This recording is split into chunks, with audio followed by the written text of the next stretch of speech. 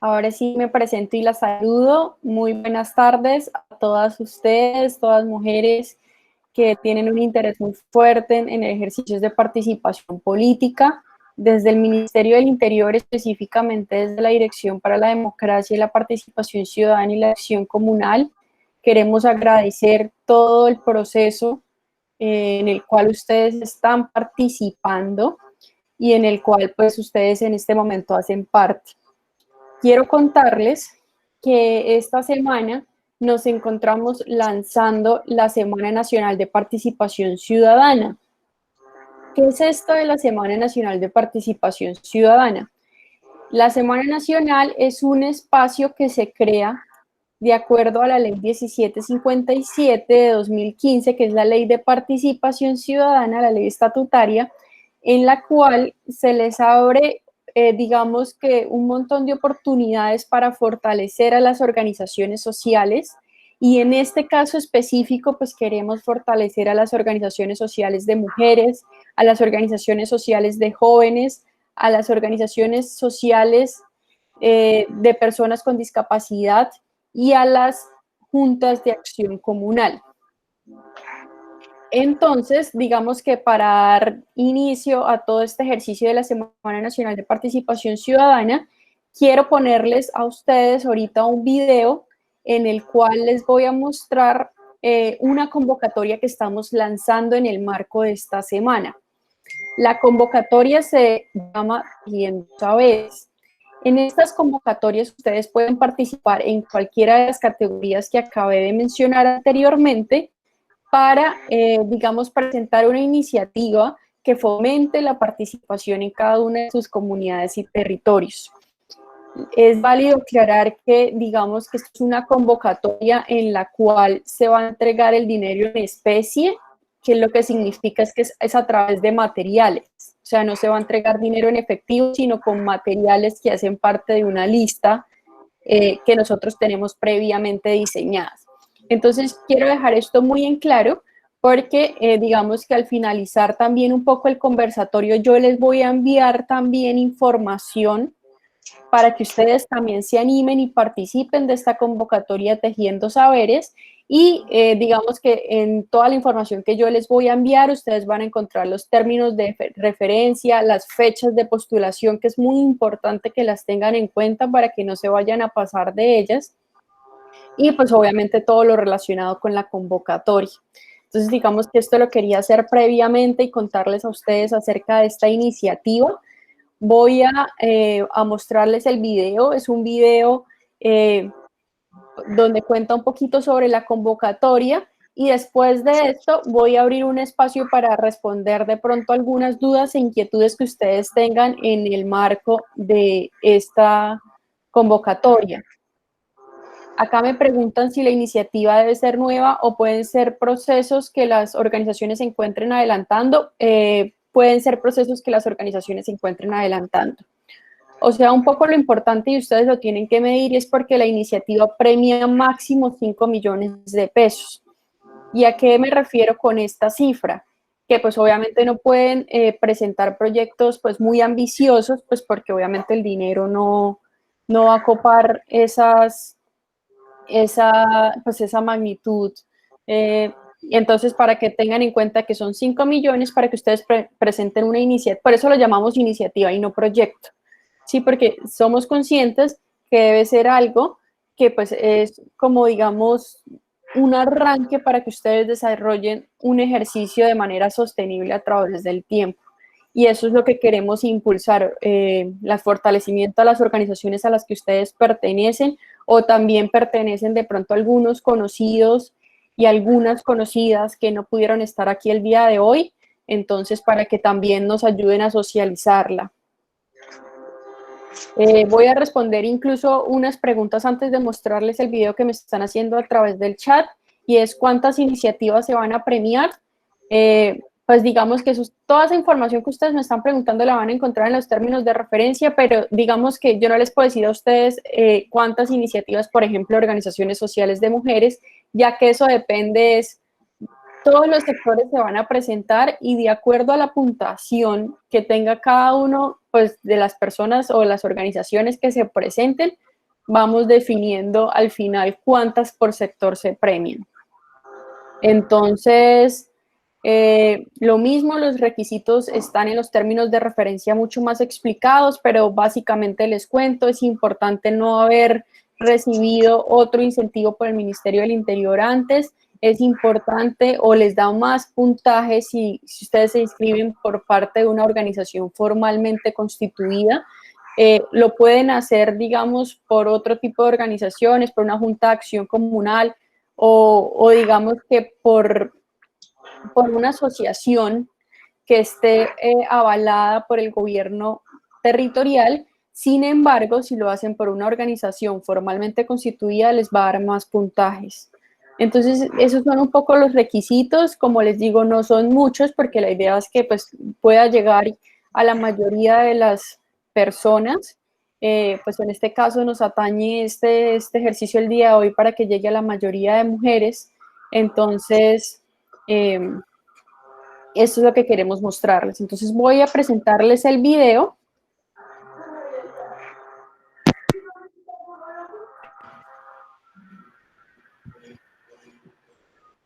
Para que por favor lo vean.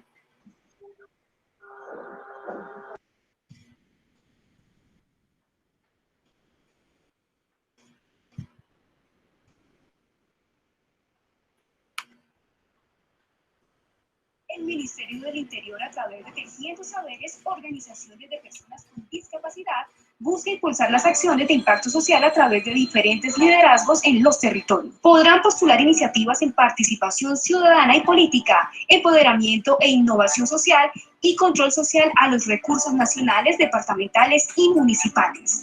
Las organizaciones tendrán la posibilidad de acceder a un incentivo de hasta 5 millones de pesos en materiales. Postula tu iniciativa en la página web somosdemocracia.mininterior.gov.co en el botón Tejiendo Saberes o al correo electrónico fortalecimiento.opcd@mininterior.gov.co.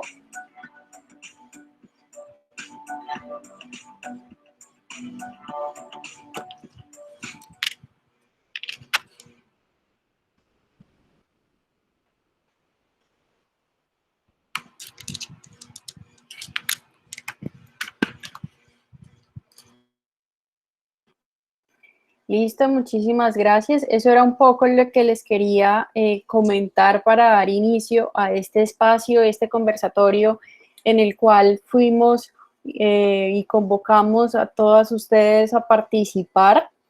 Como nos lo está diciendo también Nata Cáceres en el chat, pues ahí está un poco como el texto, el cual hemos estado enviando a través del correo electrónico a todas las personas que hacen parte de nuestra base de datos y a las cuales ustedes, por supuesto, se van a integrar por ser parte de todos estos ejercicios.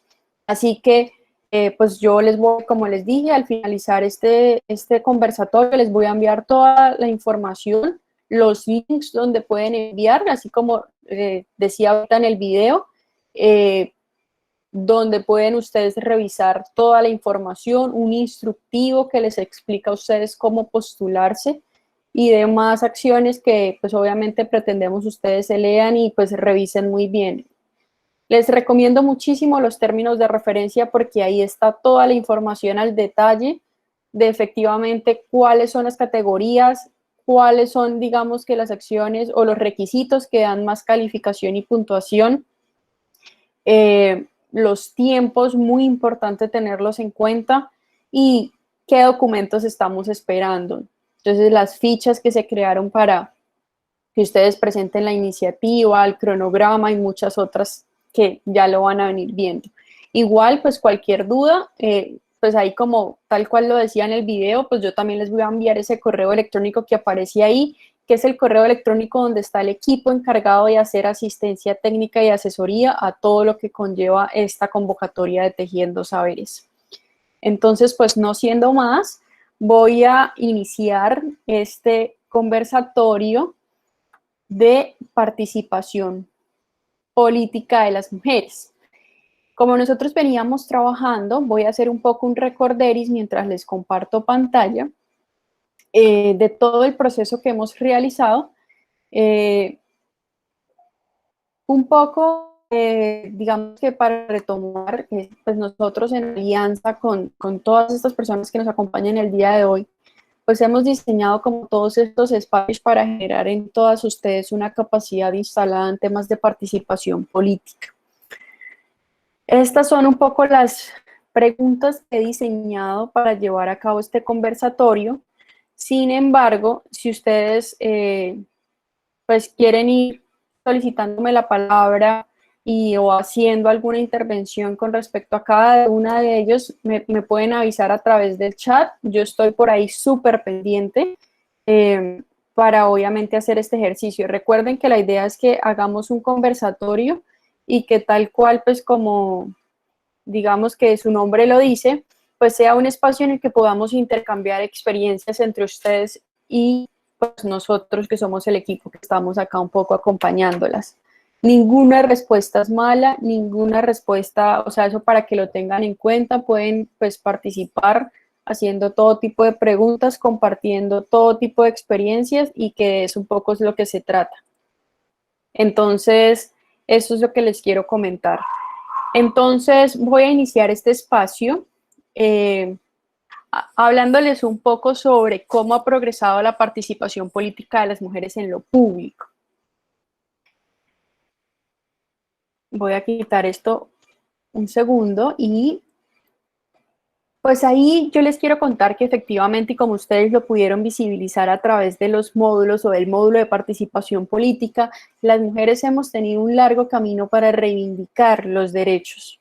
¿Qué quiere decir esto de un largo camino para reivindicar los derechos? Que efectivamente nos ha costado mucho, y inclusive los derechos básicos. ¿A qué me refiero con derechos básicos? Los derechos a la educación, los derechos a la salud, los derechos a votar, los derechos a participar como candidatas en diferentes espacios de elección popular, que eso es lo que llamamos los derechos políticos de las mujeres, y una sinfín en los que todavía seguimos trabajando y luchando, porque si bien hay muchos derechos, digamos que en el papel están dados para nosotras las mujeres, sabemos que en la práctica todavía hay bastante ejercicios de discriminación que generan barreras para poder pues acceder a todos esos derechos en igualdad de condiciones que los hombres. Entonces es un poco la reflexión que hemos querido hacer, y con respecto a la participación política de las mujeres y a los hitos de las mujeres en la participación política de Colombia, yo les quería hablar de un hecho muy importante que salió estos días, y es el nombramiento de Margarita Cabello como primera mujer en ocupar el cargo de Procuradora General de la Nación. Independientemente de la imagen que tengamos de Margarita Cabello, ¿sí? Digamos que eso sí, quiero que no entremos en discusión por eso, porque entiendo que hay muchas diferencias. Lo que quiero decirles es que cuando una mujer entra a estos espacios, digamos que de representación, hace parte de estos espacios de representación, independientemente de cómo lo haga, nos abre el camino a más mujeres para poder llegar a esos espacios. Entonces a eso llamamos un poco recomendaciones y hitos históricos en las mujeres. ¿Por qué son hitos históricos? Porque con la primera mujer que fue nombrada ministra de Relaciones Exteriores, con la primera senadora que hizo parte del Congreso de la República, con la primera vicepresidenta que hemos tenido en Colombia, y todos estos espacios que hemos ganado, pues nos abren también a muchas más mujeres poder aspirar. Ya no es una locura decir, ay, una mujer puede ser ministra del Interior, porque ya hemos visto que por lo menos por 2 periodos hemos tenido 2 ministras del Interior. Entonces es un espacio al que efectivamente podemos acceder y no es un ministerio para hombres como normalmente se venía anteriormente. Lo mismo, digamos, cuando tuvimos la primera mujer ministra de Defensa. Entonces, todos estos, digamos que hitos históricos y mujeres que se han desempeñado en cada uno de estos cargos han abierto el espacio a otras mujeres, a otras colombianas a llegar ahí. Entonces yo quiero dejar hasta aquí un momento para empezar a hacer la retroalimentación con ustedes y que ustedes me digan un poco qué opinan acerca de cada uno de estos espacios, si tienen con respecto a este tema alguna duda que les haya generado cuando revisaron los módulos, y demás. Por ejemplo, acá asociaciones Mujeres de Paz me dice: un cuerpo de mujer no garantiza un pensamiento de mujer. Eso es completamente claro. Y eso es algo que yo quiero contarles un poco, y es acerca de la representación política, ¿sí? Por ejemplo, yo, María Gabriela, puedo ser la alcaldesa de Pasto, ¿sí? Pero puede que yo no tenga ningún interés en trabajar en los temas de los derechos de las mujeres y me dedique a otro tipo de temas, como vías, como infraestructura, educación, por decirlo de alguna manera. Esos son mis temas bandera. Y ahora bien, existe un alcalde, Pepito, que al ser hombre sí identifica la necesidad de trabajar por los derechos de las mujeres y tener perspectiva de género en cada una de las acciones que realiza. Por eso es que, como nos decían anteriormente, no es que el cuerpo de la mujer garantiza específicamente que por ser mujer yo vaya a defender derechos de mujeres, no. Pero eso es un poco a lo que el chip que le tenemos que cambiar a las mujeres que están haciendo parte de estos espacios de representación. Y es que si bien pues, son unos espacios que ellas se han ganado, pues efectivamente, ya que están ahí, que han sido mujeres, que han visto, digamos, las barreras y las discriminaciones que hemos tenido que sufrir a lo largo de, pues, de nuestra vida un poco. Sabemos que no todas en la misma medida, pero pues en algún momento yo creo que todas al menos un mínimo ejercicio de discriminación hemos sufrido. Entonces, pues es importante que se sensibilicen y que efectivamente, así como están en esos cargos de representación, también lleven los temas de las agendas y las políticas de mujeres a cada uno de estos espacios de toma de decisiones. O sea, eso es un poco a lo que le tenemos que apuntar, y que ustedes, como se están preparando para ser parte de esos espacios de representación, pues que efectivamente puedan luchar y trabajar por ellos. Eso, digamos que un poco con respecto a la reflexión que nos hacen a través del chat. No sé si alguien de pronto quiera abrir el micrófono y contarme un poco, pues hasta aquí, si tiene algún ejercicio que comentar, alguna reflexión que hacer, o continuamos con la segunda pregunta.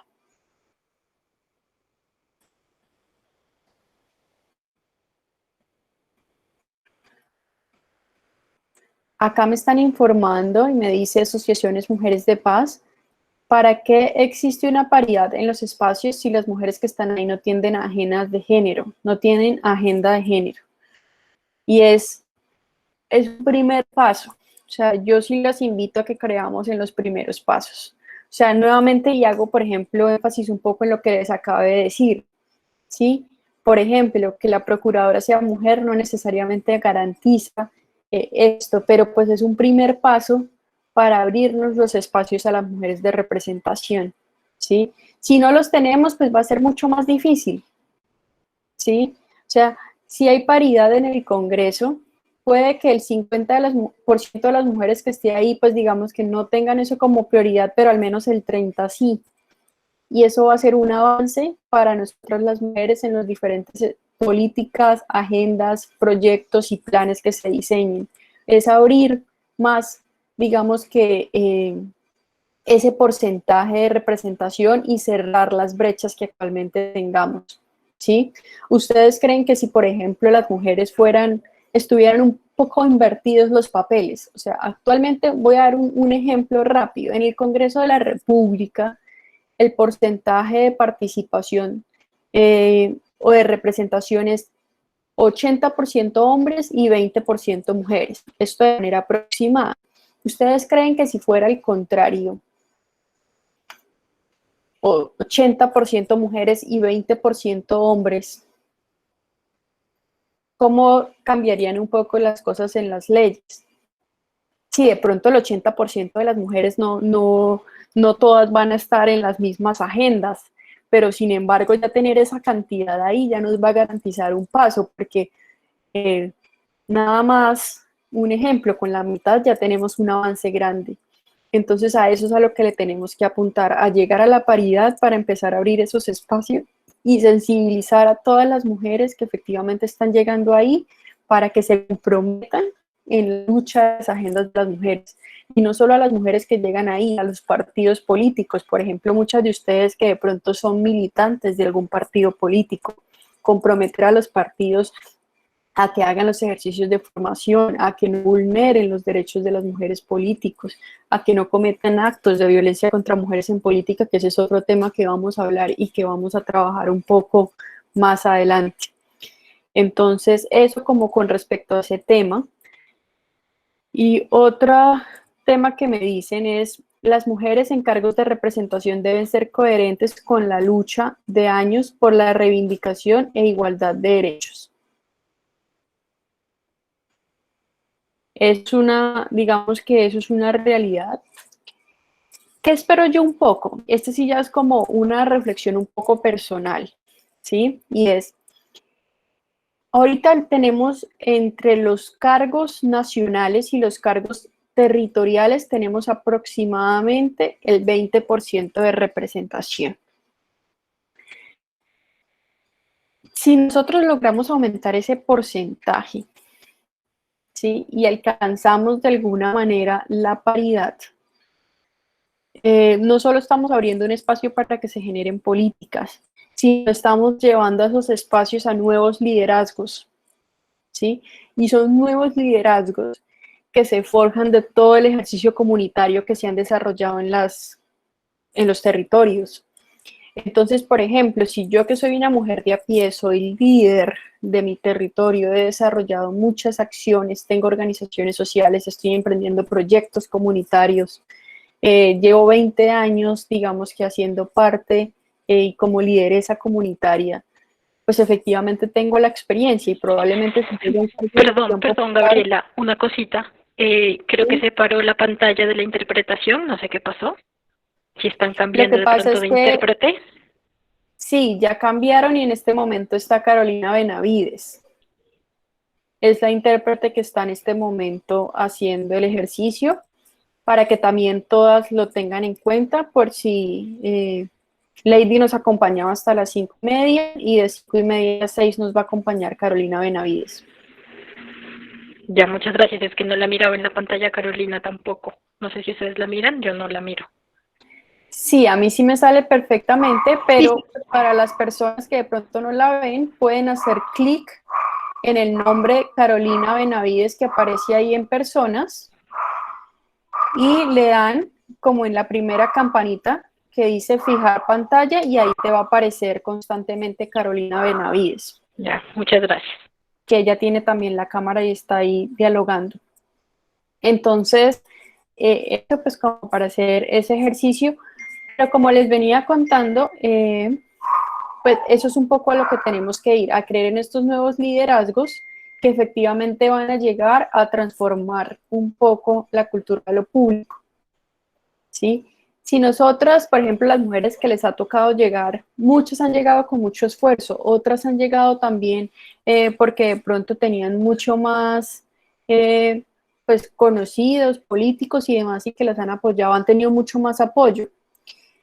Sin embargo, pues la idea es que todas podamos en algún momento aspirar sin ningún tipo de dificultad, sin ningún tipo de discriminación, sin ninguna barrera y poder hacerlo de igual manera que los hombres para que cuando lleguemos a esos cargos, pues efectivamente sean lideresas que conozcan las necesidades de sus comunidades, entre eso las mujeres, y de esta manera puedan tener claro las agendas de género que van a desempeñar en sus territorios. Ahora un poco sobre la segunda pregunta, que es ¿qué obstáculos considera que enfrentan las mujeres y cuáles recomendaciones haría para la construcción de una participación igualitaria? Es, como obstáculos hay un montón. Incluso hay un término muy particular que es el techo de cristal. Yo no sé si muchos de ustedes lo han escuchado, pero el techo de cristal hace mención a una barrera invisible que tenemos las mujeres que participamos o que hacemos parte tanto de cargos públicos como cargos privados para movernos en el ascenso a cargos. ¿A qué me refiero?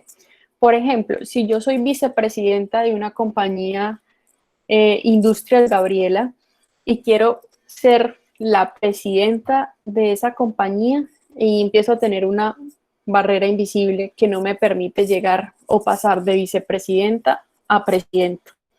Y a esa barrera invisible se le denominan techos de cristal. ¿Qué hace parte de esa barrera invisible? Un poco como todos los contextos y los estereotipos machistas en los cuales y todavía permean en las organizaciones. Como les decía, esto no pasa solo en el sector público, ni en las elecciones, esto pasa también en el sector privado. O sea, digamos que es una condición que se encuentra en los dos ámbitos y con los cuales las mujeres pues vemos ahí una barrera hasta para desempeñarnos en nuestros cargos, ¿sí? Y esto, pues hago mención a esto porque si ya lo vemos en el sector público y en el sector privado, esto quiere decir que pues ya nos afecta mucho más en todos los espacios.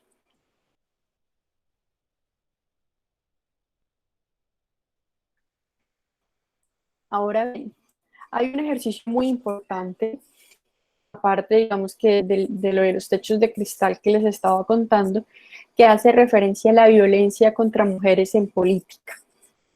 La violencia contra mujeres en política es un fenómeno que desde el año pasado venimos estudiando en el Ministerio del Interior.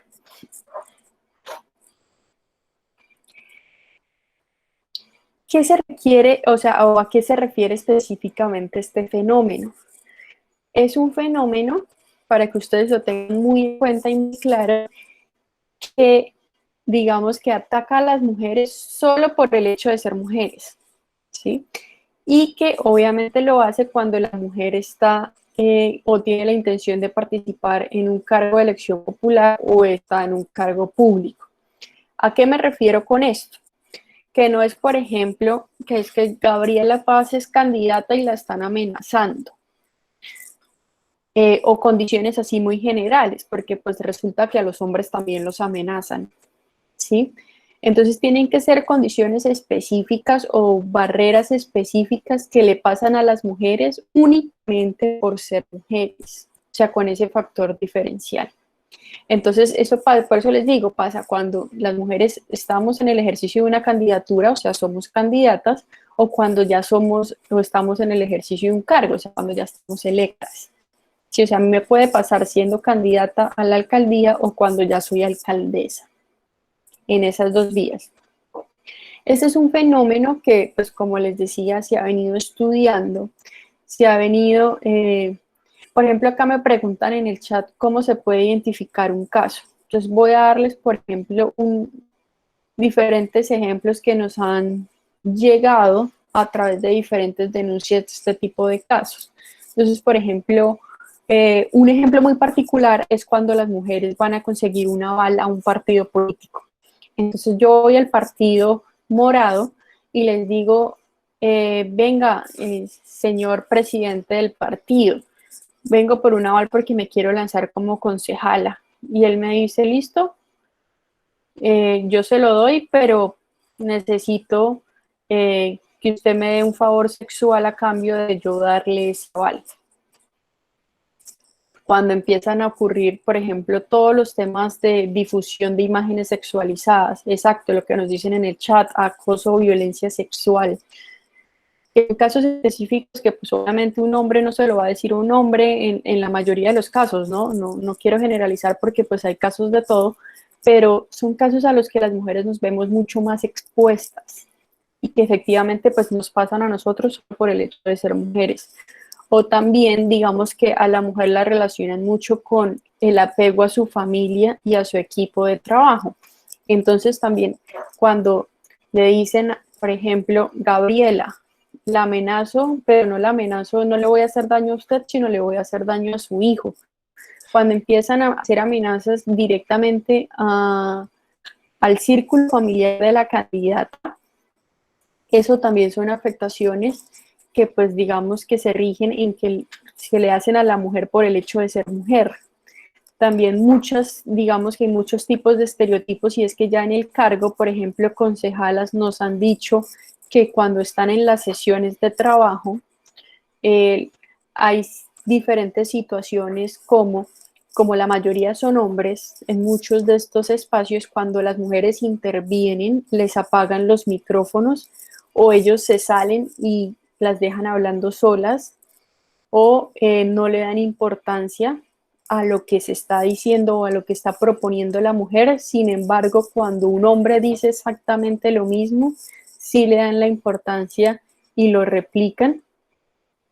Y digamos que también las campañas, como les decía, digamos, en el ejercicio de las mujeres sexualizan mucho todo, entonces empiezan a difundir imágenes sexualizadas, empiezan a difundir todo esto por redes. Digamos que también en diferentes debates que se realizan, un poco lo que se ha logrado evidenciar es que incluso los medios de comunicación también son autores de este tipo de violencia contra mujeres en política. Cuando le preguntan, por ejemplo, a dos candidatos a la alcaldía de Pasto, por poner un ejemplo, oiga, Pepito, cuéntenos su propuesta por el desarrollo social del municipio. Mientras que cuando le hablan a la candidata le dicen, venga, Gabriela, ¿usted cómo va a ser alcaldesa y mamá al mismo tiempo? Entonces empiezan a hacer una diferenciación entre, digamos, que los ejercicios que normalmente ocurren con los hombres y las mujeres. Esto es un poco lo que hace parte del fenómeno de la violencia contra mujeres en política. Por ejemplo, también lo que nos dice Nata Cáceres en el chat, y es, se burlan y hacen chistes sobre lo que quieren posicionar. Por ejemplo, muchas mujeres también nos denunciaban hechos como que el mismo partido le decía, listo, yo le acepto en la lista, pero me hace el favor y cuando nos vayamos a tal lado, usted no habla porque es que usted es solo la imagen bonita. O sea, usted solo dedíquese a sonreír, que para eso es lo que usted es buena y ya. Entonces, y ella incluso hablaba que la definían como la cereza del pastel. No la tomaban en cuenta por sus ideas, sino por su aspecto físico. Este, digamos que fue otro de los casos que nos llegaban y nos denunciaban. Lo que, por ejemplo, acá lo que nos dice Daniela, y yo quiero hacerles una aclaración ahí un poco, y es, en las amenazas contra hombres y mujeres hay un factor diferenciador. Lo que pasa es que identificarlo no es tan fácil. Pero este factor que yo digo sí está identificado y es que normalmente cuando hacen una amenaza contra un hombre, en la mayoría de los casos se queda solo en la amenaza. En cambio, cuando se amenaza a una mujer, en la mayoría de los casos se comete el hecho.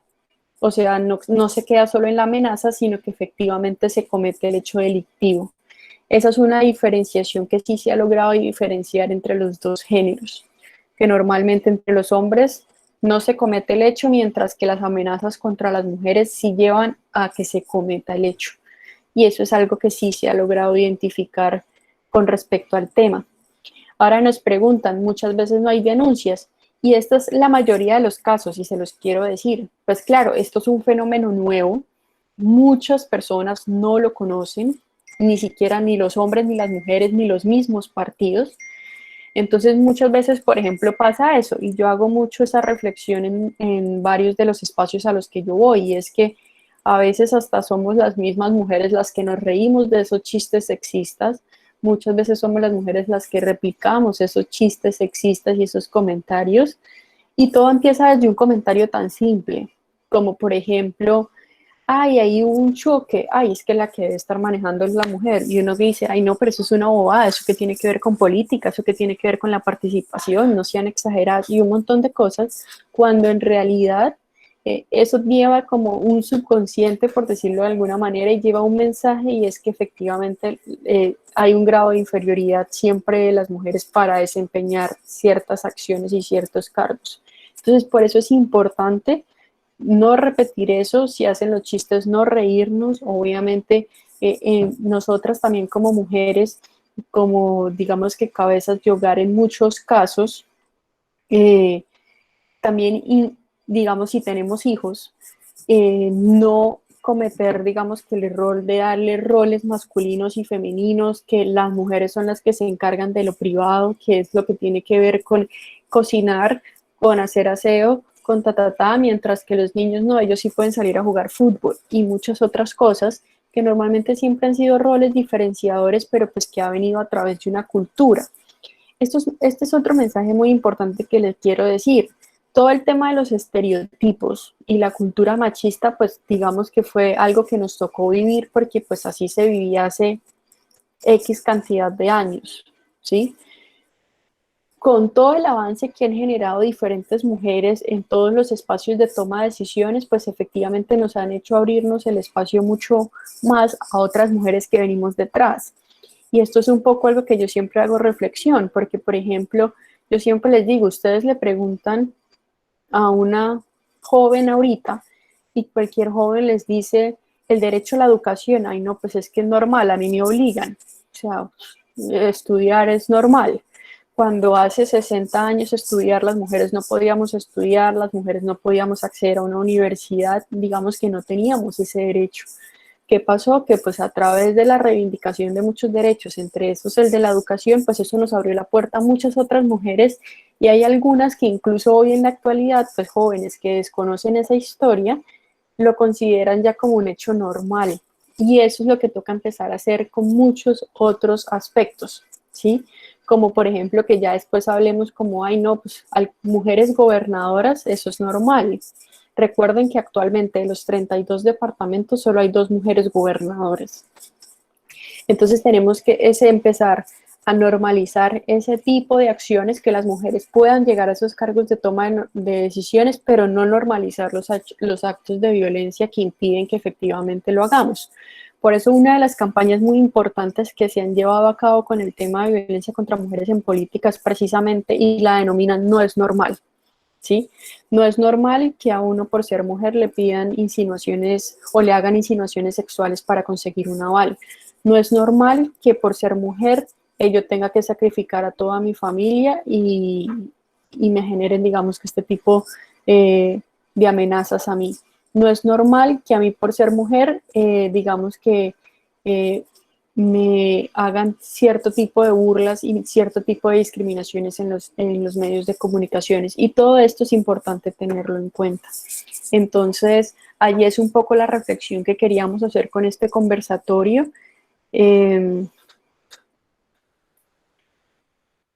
Por ejemplo, acá lo que nos dice Sandra Paz, dice, existen situaciones en las cuales una mujer por hablar con un tono muy fuerte y firme se le trata de baja, mal educada, falta de educación y cuando es un hombre lo aplauden. Esto es una característica muy importante y es muchas veces como digamos que en el estereotipo, por decirlo de alguna manera, o en el pensamiento general se tiene es que el hombre es el que habla fuerte y el que tiene como la última palabra en muchas cosas, mientras la mujer es la que escucha y habla y es sumisa y habla pasito y hace caso, más o menos. Entonces, cuando una mujer habla fuerte, dicen, ay, no, esta ya se cree hombre, ay, no, es que miren, se enloqueció, ay, no, es que ella se está tomando atribuciones, ¿qué tal? Y empezamos a juzgarla, ¿sí? Y gran parte de estos comportamientos también obedecen a esto, ¿sí? O sea, yo sí quiero decirlo. Recomendaciones de marketing político siempre nos han dicho, no hablen muy duro ni utilicen un tono de voz muy fuerte, porque muchas veces genera como ese rechazo por parte de la audiencia. Pero es que también muchas veces cuando las mujeres quieren hablar, no las dejan hablar, como algunos casos que les mencionaba anteriormente. Se les irrespeta el uso de la palabra. Entonces, por eso muchas de ellas acuden a no, entonces me toca hablar fuerte para garantizar que efectivamente me escuchen. Y son muchas acciones que se realizan, digamos que en torno y en base a esto. Entonces, siempre hay que revisar bien la connotación que tiene cada uno de ellos y obviamente adaptarla de la mejor manera, ¿saben? Como todo es una lucha, como llegar a esos espacios de decisión es tan peleado. Por eso es que muchas veces incluso digamos que los comportamientos dan cuenta de eso, por decirlo de alguna manera. Entonces, aprendamos a reconocer, aprendamos a apoyar. Hay un término muy importante que es el de sororidad, que efectivamente habla precisamente de eso, de apoyarnos entre mujeres, y de apoyarnos entre mujeres no es necesariamente que Alexandra García trabaje conmigo, con Gabriela, no, es simplemente que cuando hable Gabriela, y digamos que así no nos entendamos políticamente, tengamos ideales distintos, etcétera, etcétera, que ella no diga, ay, es que sí, tenía que llegar a la alcaldía una mujer para que todo fuera un desastre, porque a veces, muchas veces, entre nosotras mismas las mujeres, somos las que hacemos esos comentarios. Entonces, o cuando escuchamos ese tipo de comentarios por parte de otra persona, no es que no, espérese. O sea, una cosa es que ella laboralmente, no sé, no lo esté haciendo bien, pero no es porque sea mujer. O sea, a los hombres también les pasa, los hombres también cometen actos de corrupción, los hombres también tienen fallas, los hombres también han hecho mal el ejercicio de toma de decisiones en los cargos de representación. Pero lo que pasa es que siempre a nosotras, por ser mujeres, nos dan más duro, y eso es una realidad que tenemos que empezar a cambiar, y que entre nosotras mismas tenemos que apoyarnos y evitar que se siga, digamos, que dando todo este tipo de comentarios en diferentes espacios de decisiones. Lo que tú nos dice Daniela Caicedo, en el Congreso se ve esto es una realidad súper fuerte. Lo que pasa es que muchas personas no conocen el fenómeno, muchas personas tampoco saben dónde, digamos, que actuar frente al fenómeno. Digamos, en el 2018 se hizo un estudio con las mujeres del Congreso donde se hacían diferentes preguntas y se comparaban entre hombres y mujeres. Tipo, cuando usted ha querido hacer una intervención, se le ha negado el uso de la palabra. Tipo, cuando usted ha hecho alguna intervención, se han reído de usted. Digamos que ese tipo de preguntas, y siempre el porcentaje de la respuesta fuera positiva, o sea, sí, sí se han reído de mí, sí, no me han dejado hablar, sí, etcétera, etcétera, era muchísimo mayor el de las mujeres. El de los hombres era una barrita súper chiquita, el de las mujeres era una cosa gigante. Entonces, efectivamente, esto es una conducta que pasa y pasa mucho. Lo que pasa es que todavía no sabemos que eso es violencia contra mujeres en política, y yo creo que ya para continuar un poco como a la segunda pregunta, les quería, antes de avanzar, eso sí se los voy a presentar en pantalla, y es mostrarles la ruta de atención a este tipo de violencias.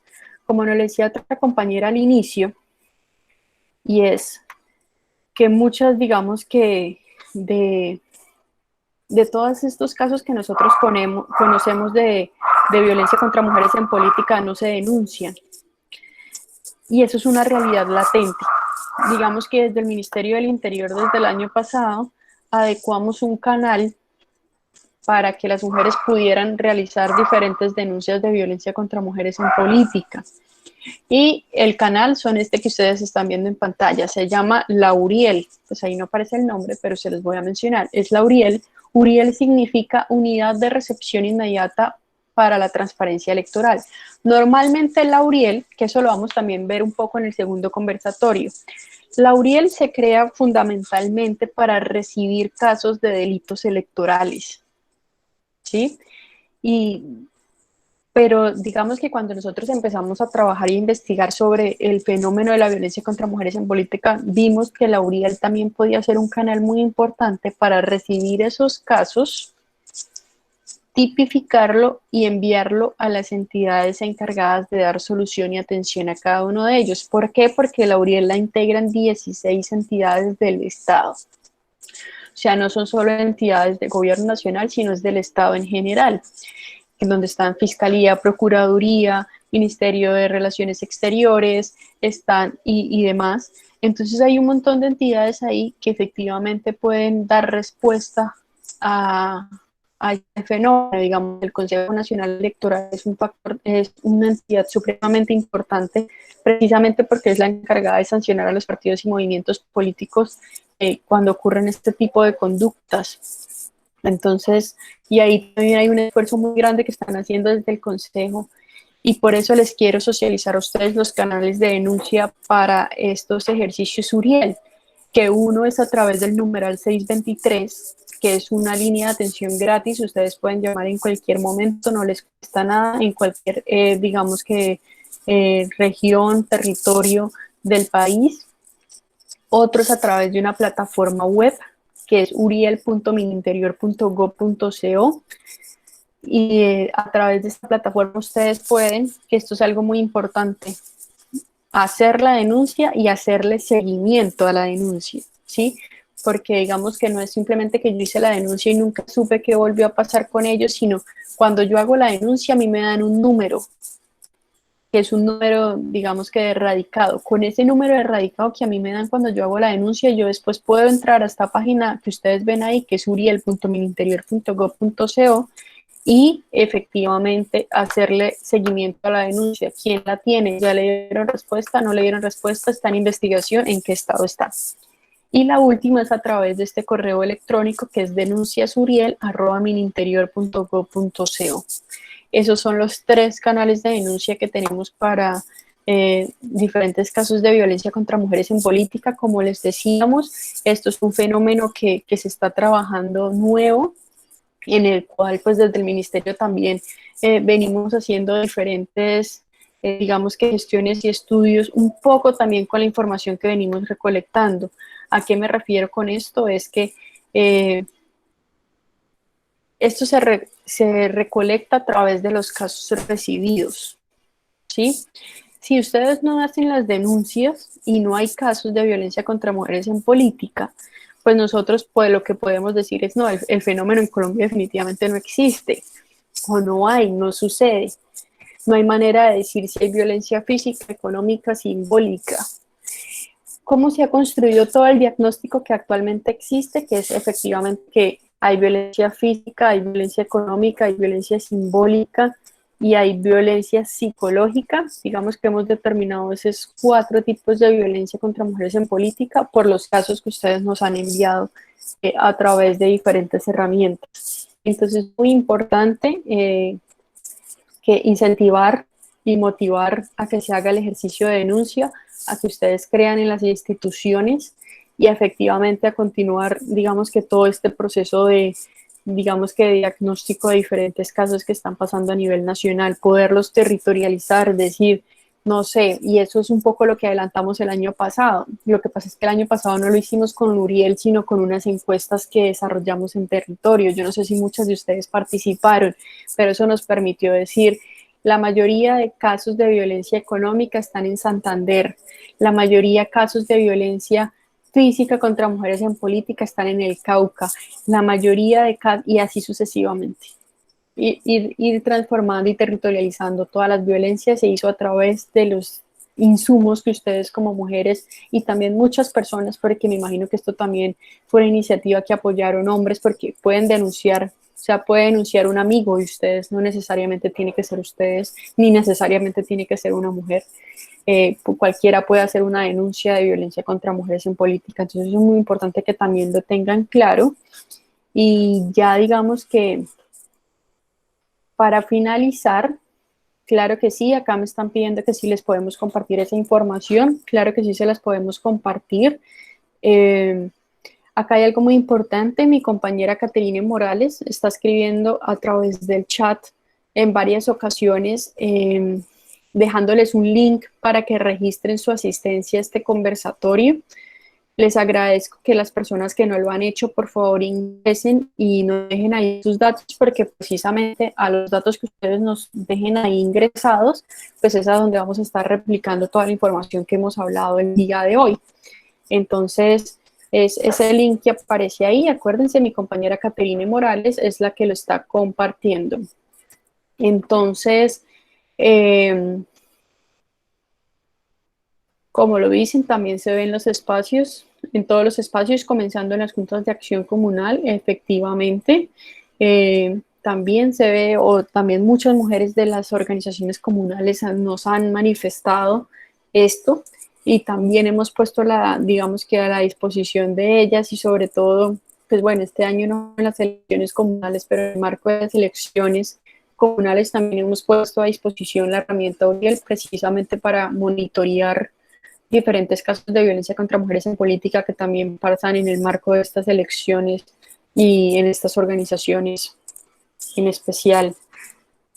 Entonces ya, pues esto era un poco la información que les queríamos compartir.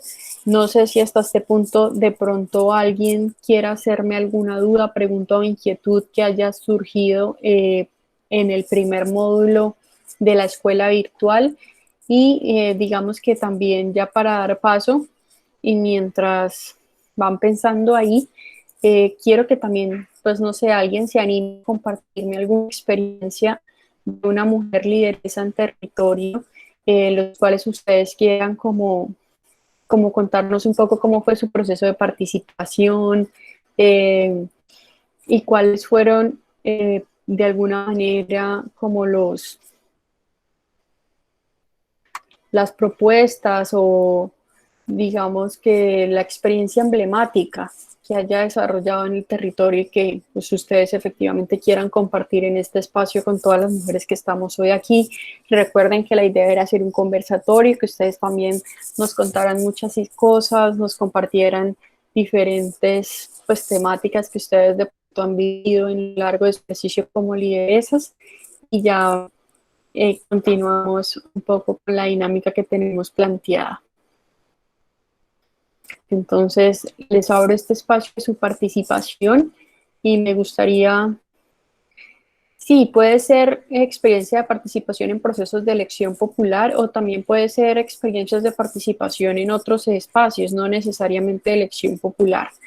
Entonces, o sea, experiencias emblemáticas, ya sea en un consejo, ya sea en diferentes espacios de elección popular, que alguna de ustedes nos quiera compartir, de alguna mujer pues de allá de Nariño, que pues pueda servirnos incluso como hito histórico. Ana Carolina nos está pidiendo la palabra, adelante. Muchas gracias, gracias por este espacio. En cuanto a la pregunta que nos haces respecto a experiencias de participación en procesos de elección popular, yo soy militante del partido Alianza Verde. El año pasado tuve la posibilidad de ser candidata por parte de la Alianza para las elecciones del Consejo Ciudadano, del Consejo de Pasto, del Consejo Municipal de Pasto. Pues fue una experiencia muy valiosa. Creo que a partir de esa experiencia logré generar hoy en día un mayor relacionamiento en la ciudad de Pasto, en el municipio, lograr vincularme a iniciativas sociales, tener hoy en día un trabajo con el colectivo de Unidas para Avanzar. Para mí fue una experiencia satisfactoria, pero indiscutiblemente, como en otro espacio lo expresaba, cuando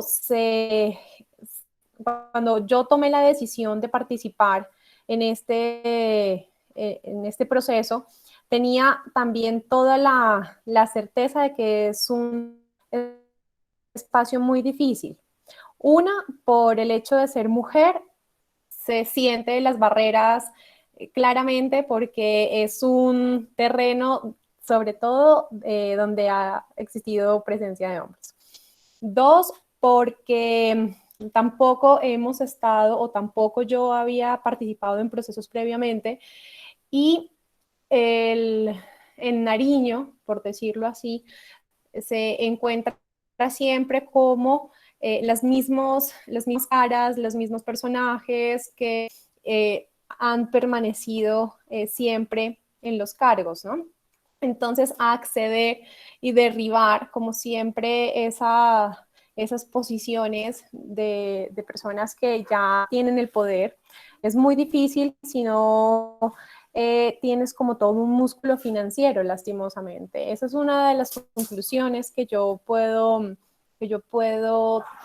obtener. O sea, indiscutiblemente el músculo financiero, tristemente por la dinámica política y de elección que se ha venido desarrollando en el territorio, es casi que decisivo a la hora de ganar.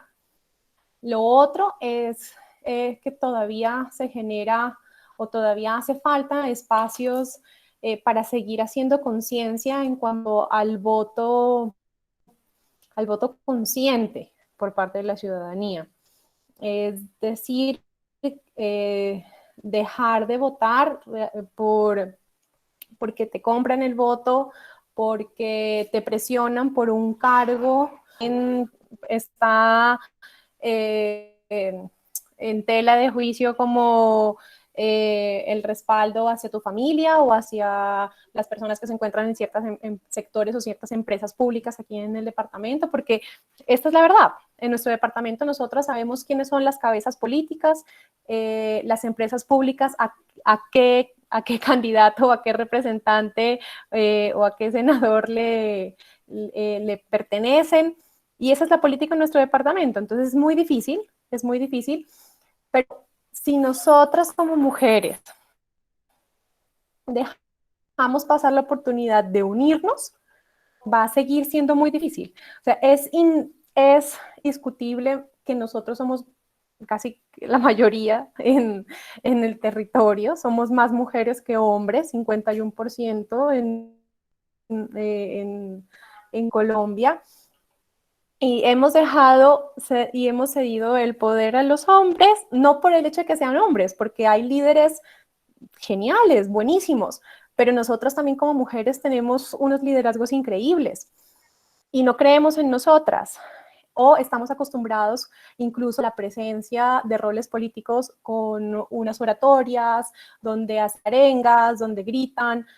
Entonces las dinámicas son muy particulares. Entonces para mí ha sido un ejercicio de mucho análisis, de saber que realmente si queremos acceder a esos cargos de elección popular debemos unirnos, debemos tener una estrategia clara como mujeres. Por ejemplo, para mí sería genial empezar a pensar a qué mujer vamos a apoyar para por lo menos volver a lograr tal. Si todas las mujeres nos unimos en torno a una mujer, independientemente de que pertenezca a un movimiento al otro, si tenemos una y digamos, la apostemos a darle la ficha con ella, a construir agenda, a prepararla, lo logramos y sacamos una mujer, porque nosotros en este momento no tenemos representación. Entonces, esas son como las conclusiones y la invitación es eso, a seguir generando esos espacios de formación, a continuar uniéndonos como mujeres, seguir haciendo trabajos de base y tener como unas metas claras como organizaciones hacia donde queremos ir. ¿Es posible participar? Claro que sí, adelante. Bueno, un saludo muy especial para todas las compañeras, para quien nos está apoyando en este tema tan importante. Voy a manifestar en muy pocas palabras las dificultades tan grandes, las desigualdades tan marcadas y las brechas tan inmensas entre la participación política en cargos de elección popular de hombres y de mujeres. Tengo la experiencia en los tres campos. Primero, en el de servicio público, como quiera que en mi ciudad, Pasto, he ocupado los cargos que lastimosamente están relegados a hombres y que, por ejemplo, en tránsito no ha habido quien reemplace, no ha habido otra mujer. He sido la única. En gobierno ha avanzado un poco en la Secretaría de Gobierno. He sido secretaria de Gobierno, secretaria de Tránsito. Hoy soy pensionada y cuando me pensioné decidí asumir el rol de candidata en un proyecto de ONU Mujeres grandioso que se denominó Más Mujeres, Más Democracia. Ese tema de preparación, la capacitación, la experiencia, creía que iba a servir, sin embargo fue muy difícil. Y las brechas inmensas, como yo decía, desigualdad y la posibilidad de las mujeres llegar a estos cargos muy difícil. Me lancé al Consejo de Pasto, tuve la fortuna de salir, fui la única mujer concejala en el periodo entre 2016 y 2019. Igual, esas dificultades que tuve, pues obviamente se hicieron visibles en la campaña, pero tuve resultados. Luego viene el ejercicio entre el 2016 y 2019, ese ejercicio tan difícil, única mujer, pero que tenía un punto a mi favor, que era la experiencia. Conocía y conozco el municipio, como quiera que he trabajado en todos los cargos, me conozco el territorio pero fue difícil, una situación que si no hubiera sido por muchas mujeres que están aquí, sororas conmigo, que me acompañaron en las justas luchas y en la presentación de los proyectos que permitían buscar alternativas de igualdad, no hubiera sido posible. Y obviamente logramos en Convergencia entrar a lo más difícil, retirarme del Consejo ya en el último periodo, ya en agosto del año pasado, y aceptar mediante la consulta la candidatura a la alcaldía de Pasto. Qué brecha tan difícil, qué complicado hacer entender que las mujeres con la experiencia que tenemos podemos dirigir y participar del desarrollo de nuestro municipio. Fue una campaña hermosa para mí, pero muy obviamente de muchas dificultades hacia afuera. Dos temas fundamentales en mi experiencia a la candidatura de la alcaldía: la corrupción, que está basada en la compra de votos y en las dádivas económicas, que es impresionante, lo decía Ana Carolina con razón. Sin recursos, pues infinitos, no hay posibilidades. Los líderes comunitarios, sí la tengo primero, los líderes y lideresas comunitarios no creen en el trabajo de las mujeres, sobre todo ya tienen planteado en la zona rural, por ejemplo, donde yo había trabajado muchísimo, tenía muchos amigos, pero ninguno votó por mí, porque llegan y concretan con el líder, y el líder es quien determina quién vota por quién.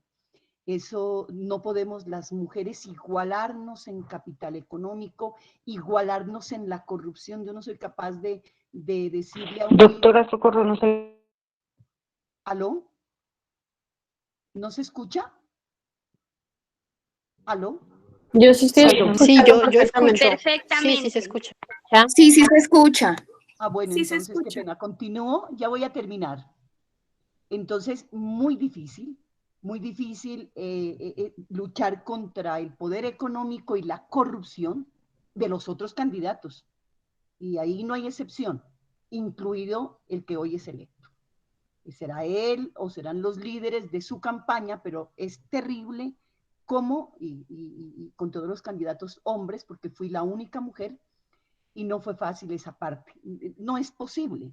Yo no veo que vamos a poder eliminar esa brecha tan grande. Solo con una reforma permitirá que las mujeres logremos llegar. Por eso un 20% de participación política no es nada. En Nariño tiene 6 alcaldesas, tenemos una sola diputada, y eso es la muestra más clara de lo delicado que es enfrentarse a este tema, que debería ser eh, eh, un resultado de toda la comunidad, de la sociedad, porque somos mayoría, y determinar que la democracia se fortalece solo cuando la mayoría de ellos podemos llegar. Eso es imposible. Y el segundo tema, el primero es ese, lo económico, la corrupción. Y el segundo, la falta de credibilidad de las mujeres. No hay sororidad, imposible. La parte política permea todo el interés. Muchas mujeres quisieran votar, pero los líderes, como les digo, y lideresas entienden que no hay credibilidad, y entonces opera algo que se denomina el voto útil. Y entonces, desde que uno se lanza, ella no tiene opción. No tiene opción. Y lo más doloroso, que en los cafetines, en los parques, en las reuniones, apuestan. Y apuestan a que, no, pues ella sí tiene experiencia, conoce, pero pues ¿quién le vota? No, es imposible. Si acaso sacará 1000 votos, como en el consejo. Yo gané cuando apostaron que no sacaba ni 500 votos y saqué 2000 votos. Y en la alcaldía apostaban que no sacaba sino los 2000 votos que saqué al consejo, y saqué 22.000 votos. 22.000, sin apoyos. Entonces creo que es bastante complicado. Creo que si quisiéramos llegar a fortalecer las elecciones, habría que haber una reforma política donde el Estado asuma el manejo del día electoral, o asuma los gastos políticos. De lo contrario, muy difícil. le queda a cualquier estado, menos a este, lograr que lleguemos y haya una paridad. Imposible, imposible. Ahora, menos en un gobierno como este, que por ejemplo, para quienes somos candidatas de la alternatividad, pues menos no tenemos alternativas. De manera que estoy aquí, me alegra estos espacios que son propios de un Estado demócrata como el nuestro, un Estado social de derecho, pero que si no hay reforma, los jefes y cacicazgos políticos, los dueños del poder económico, no permitirán que personas con experiencia, con respeto, con moralidad reconocida, aun cuando el daño, aun cuando lo que decía nuestra panelista, pues la conferencista, obviamente esa violencia política que ejercen mucho más fácil contra nosotras, pero que creo que uno de los capitales con los que tenemos las mujeres es eso, la gran responsabilidad de nuestro trabajo y la honestidad que creo que está por encima de todo, y eso lo demuestra Colombia cuando el mínimo de mujeres que han ocupado cargos públicos o ya por elección popular o ya de servidoras públicas, pues estén en la cárcel. Son mínimas, de manera que la honestidad nos identifica, pero como les digo, mientras el cacicazgo, la corrupción, la compra de votos y que no haya una vigilancia extrema de los organismos en las elecciones, no tendremos oportunidad. Listo, muchas gracias. Muchas gracias a ustedes por escuchar. No, a Socorro, a Ana Carolina también. Yo creo que todas estas intervenciones que ustedes mismas realizan, basado en sus propias experiencias, son experiencias que muchas veces las mujeres digamos que no tenemos porque no somos candidatas, pero sí participamos de cerca de otro proceso, de otra mujer, compañera, amiga, como la queramos denominar, pues nos empieza a nutrir mucho y hacen parte como de que podamos entender este universo electoral en el cual tenemos que empezar a involucrarnos más. Digamos, quiero hacer mención a algo que decía Ana Carolina, y era que si bien entendemos que hay muchas brechas económicas, digamos que entre mujeres y hombres para desarrollar campañas, acá hay algo muy importante y es que las mujeres, pues como lo mencionaba ella, somos mayoría en el país y que como mayoría tenemos el potencial electoral, mejor dicho, de elegir a las personas que van a ser nuestros representantes. ¿Sí? Entonces ahí tiene que empezar a haber un proceso de sensibilización muy fuerte para que las mismas mujeres empecemos a creer en liderazgos de sus mujeres. O sea, no que votemos por mujeres simplemente por el hecho de ser mujeres, sino empecemos, como lo decían también ahí, a cultivar liderazgos, a apoyar liderazgos. Y cuando se empiezan a unir todas bajo un mismo objetivo, que es, por ejemplo, Gabriela al consejo, pues probablemente es mucho más fácil sacarlo adelante. Muchas otras cosas que también nos decía Socorro y no desconocemos en este espacio, pues todo el universo, digamos que, o las reglas de juego que también suceden en torno a todos estos temas electorales. Pero yo les quiero decir algo también al respecto, y es que digamos que en diferentes procesos electorales, tanto los que vimos el año pasado en el 2019 como los que vimos en el 2018, hemos podido evidenciar también que digamos que muchos procesos en los cuales se creía que el candidato iba a quedar electo simplemente por el hecho que tenía muchísima maquinaria política, ya llevaba muchos años trabajando en esto, pues efectivamente no quedaron. Por ejemplo, en las elecciones del año pasado hubo muchos, digamos que cambios a última hora de lo que se creía iba a ser el candidato, porque era el que tenía la maquinaria, porque era el que tenía el presupuesto, porque era el que llevaba, digamos que en ese poder y en ese cargo muchísimos años manejándolo todo en ese municipio, etcétera, etcétera, y ¡pum!, hubo una sorpresa el día de las elecciones y fue que la gente pues decidió votar por el cambio. Y yo creo que eso es algo a lo que le están apuntando en muchos territorios de Colombia. O sea, no voy a decir que en todos, ni que de pronto sea el caso de muchos de ustedes, pero pues sí les puedo decir que en muchos territorios de Colombia, en todos, desde los territoriales hasta los nacionales. Y yo creo que ahí es donde el papel de la mujer es sumamente importante, el de demostrar que efectivamente podemos llegar, podemos generar un cambio y podemos efectivamente contribuir al desarrollo de un municipio de acuerdo a las experiencias y conocimientos que cada una tenemos en nuestro equipo de trabajo. Importante que empecemos como también a reconocer habilidades, debilidades y fortalezas que tenemos cada una, ¿sí? No todas somos buenas para todo, pero entonces si yo tengo una debilidad y tengo, pues la idea, lo que tengo que emprender a hacer es la debilidad, mostrarla lo más mínimo posible y o suplirla con un apoyo. ¿A qué me refiero esto? Si yo no soy muy buena en temas de comunicaciones, pues le voy a decir, por ejemplo, a Ana Carolina que me apoye porque es que ella sí es buenísima y conoce mucho del tema. Entonces, eso es a lo que tenemos que empezar a apuntarle, a trabajar en asociatividad y a reconocer, digamos que en mis compañeras, fortalezas a mis debilidades también. Y de esta manera, pues generar un equipo de trabajo mucho más fuerte que cuando yo salga a territorio, pues efectivamente pueda llevar ese mensaje.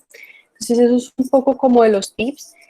Muchos más conocimientos y aprendizajes, incluso tips de marketing político más lo van a ver adelante en los siguientes módulos de formación, entonces no me quiero adelantar mucho.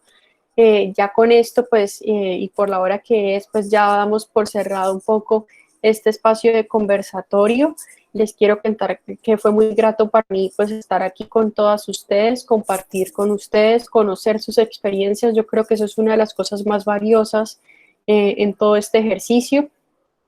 Y no me queda más que agradecerles y pues nuevamente recomendarles a las que de pronto no lo han hecho que se registren en el listado de asistencia porque ahí les voy a estar enviando toda la información que trabajamos el día de hoy y que hablamos el día de hoy, pues entre nosotros las mujeres. Ahí les acabo de dejar el link y muchísimas gracias. Feliz resto de día. Muchas gracias, hasta luego. Muchas gracias. Gracias, hasta luego.